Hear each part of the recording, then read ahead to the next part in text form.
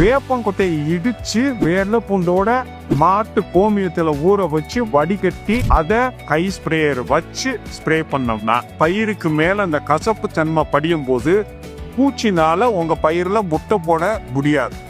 அதுக்கு மீறி முட்டை போட்டதுல இருந்து வெளியே வர்ற புழுவால அது சாப்பிடுற அளவு 50 மடங்கு, ஒவ்வொரு புழுவும் தன்னோட உடம்பு சைஸ போல ஒவ்வொரு நாளும் 50 மடங்கு சாப்பிடுதுங்கிறான். உடம்பு சைஸ போல 50 மடங்கு சாப்பிட்டாதான் அது 15 நாளைக்குள்ள சுண்டு வரல் சைஸுக்கு வளர முடியும். அதனால 50 மடங்கு சாப்பிட்றத குறைக்கும். வளர்ந்த புழு அதெல்லாம் விஷத்தை அந்த வேப்பங்கொட்டையோட கசப்பு தன்மையெல்லாம் காலி பண்ணிருன்னு உள்ள போச்சுன்னா அதனோட உடம்புக்குள்ள மலட்டு தன்மையை உருவாக்கி புழு கூட்டுப்புழுவா மாற முடியாது. அதுக்கு மீறி கூட்டுப்புழுவா மாறிடுச்சுனாலும் அதுல இருந்து உருவாகிற பூச்சி எல்லாம் இனப்பெருக்க கெப்பாசிட்டி இருக்காது.